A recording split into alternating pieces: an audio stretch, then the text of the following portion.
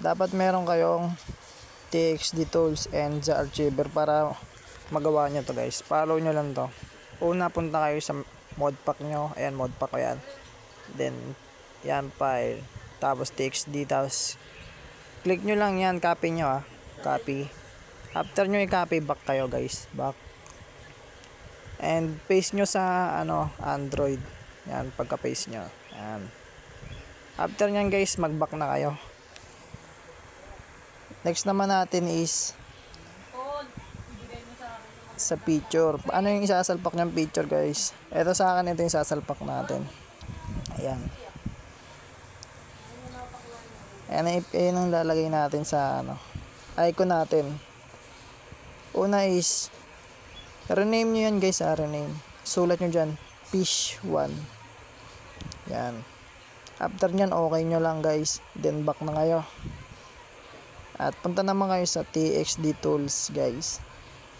Ayan. Download lang kayo sa Play Store nyan, meron yan. Yan. Hanapin nyo lang dyan yung pinis nyo sa Android. Ayan sa baba, TXT. After nyo, click nyo yung taas. Yan. Follow nyo lang tong step guys. Plus without alpha. And click nyo yung gusto nyong ilagay sa icon nyo. Sa akin, ayan. Eto click nyo yan. Yan. Madali lang maglagay nyan guys.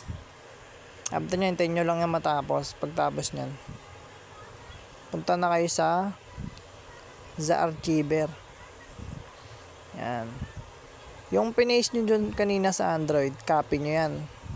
Tapos ipipaste nyo ngayon yan sa data sa com.rockstar.